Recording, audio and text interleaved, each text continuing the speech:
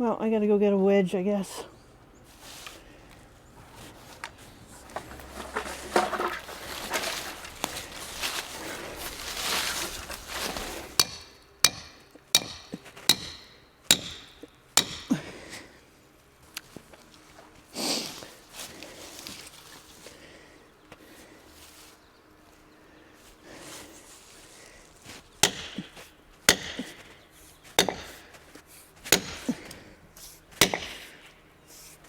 Yeah. Great. Okay. Plan B.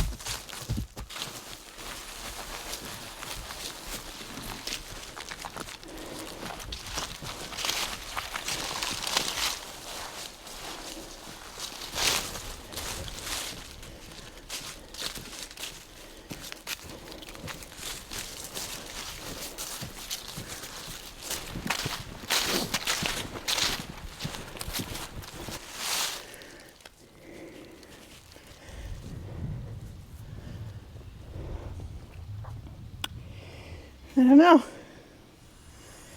Too lazy to go get my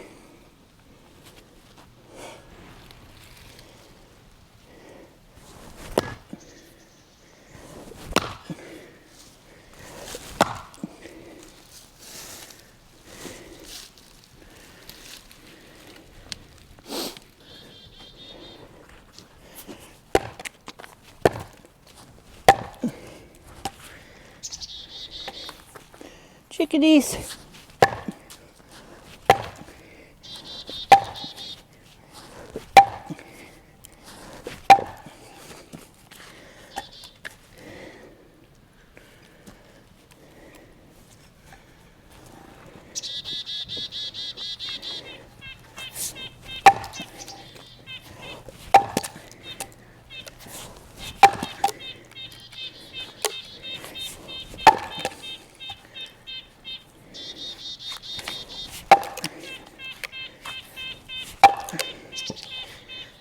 I think I hear the nuthatches laughing at me.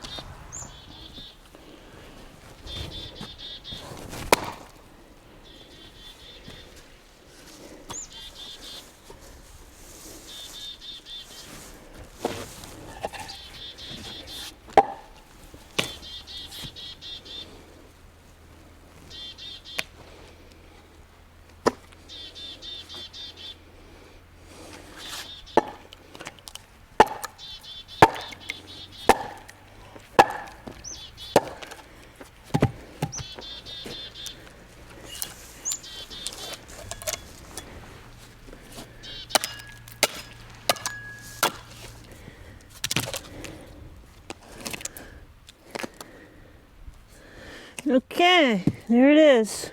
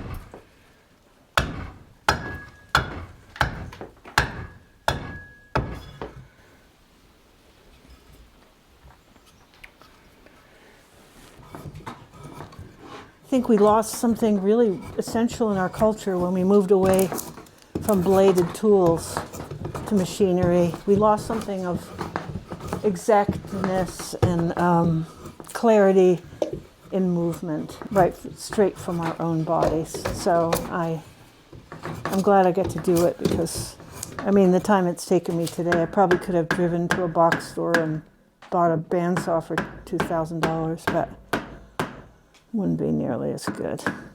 And then I'd have to take the bandsaw to the dump eventually.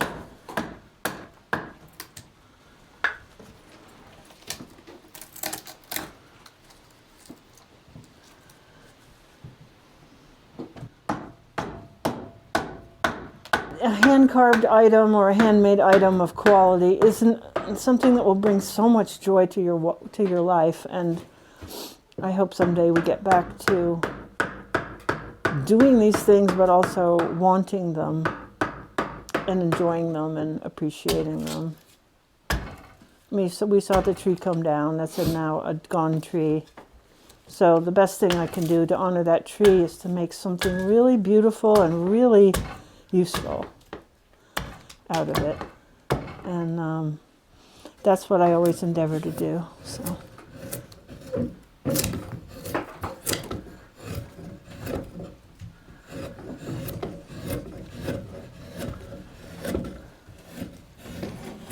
I've always appreciated the sculptural quality of a good spoon and the enjoyable, you're going to have that thing in your hand, and so will your grandchild, if you're lucky, or if she's lucky, or he's lucky. So in a way, it seems to me to be a perfect way to make sculpture and make something that you can get the soup out of the pot with at the same time.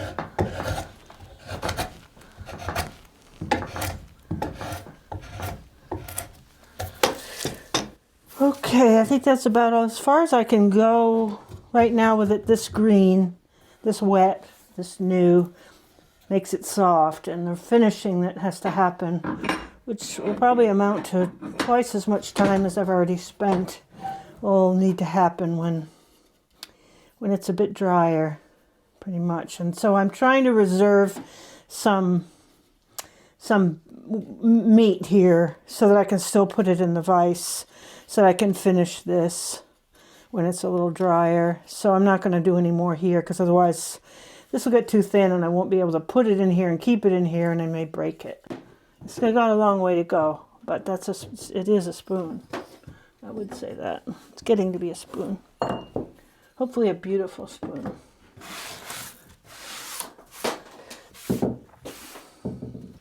So here's a finished spoon of the similar style, a few years old, same wood, same exact process. This one hopefully will resemble this one when it's done. You see that one thing I've done in both of these is to go in from the sapwood, the light colored wood closest to the bark. I've gone through that into the heartwood, and that gives you this nice ring. And that's what I did again. You can do it the opposite way too. And I've made pairs of spoons that one was one way and one was the other. But there's a lot of handwork sitting and carefully refining this form. And then I've sanded this so you can see the spine that I like to do, and the hook that I like to do, and my signature that I like to do. This is perhaps the 500th spoon. Maybe this is 501. So I'm going to put it in a plastic bag, let it stay moist, and then I'll slowly finish it, and it'll be a good cousin of this spoon here. So green wood, that's what we just did. We went and cut down a cherry tree which didn't want to come down, and we got a piece from it and split it open, and it's got a lot of moisture in it, and that's what makes the carving so clear, so efficient, and so relatively easy to do. If I'd gone to the lumberyard and gotten a piece of cherry, I wouldn't have gotten a tenth this far, and I wouldn't have enjoyed it, that's for sure. So there you go. So you can see the tool has a lot to do with the form, and the process has a lot to do. It's all in order, and it's all symmetrical, and it's pretty much, I've done what I could do in every position for the moment. So probably the handle will drop down here and arc, come there, and then I'll make the hook, and I'll have to go over the bowl again. But that's pretty much the way it'll be. It'll be smooth. Yeah, I mean, over the years, I've worked in this direction, and I've decided after making many kinds of spoons that this is my ultimate shape, and I'll probably, if I ever make spoons again, which I honestly don't know if I will, I just noticed that I have much less hand strength than the last time I made a spoon, so I don't know. But I have worked on this shape, really, since the beginning, and I'm very pleased with it. All the details, like I've sanded the spoon, but I've left the fine carving marks right there, and also here on the inside of the hook.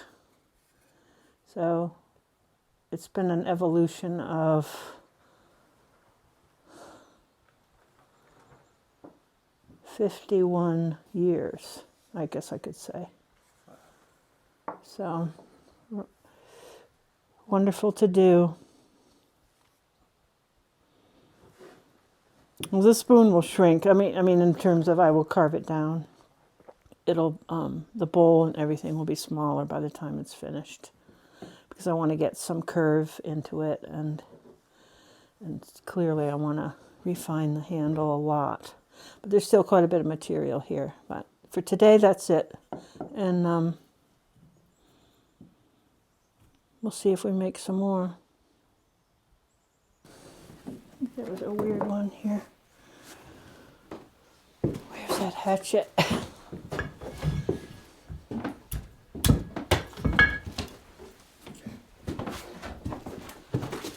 peeling carrots.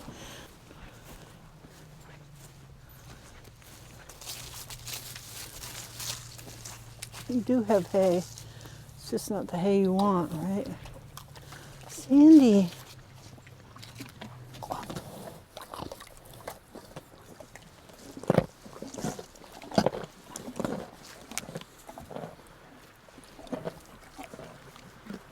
Okay, be back.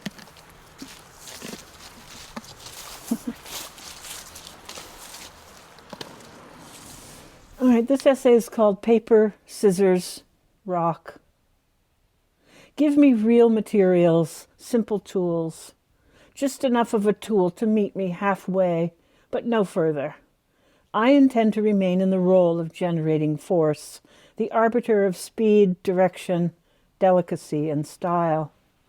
I love a good pencil, a good carbon steel paring knife, a hand-forged axe.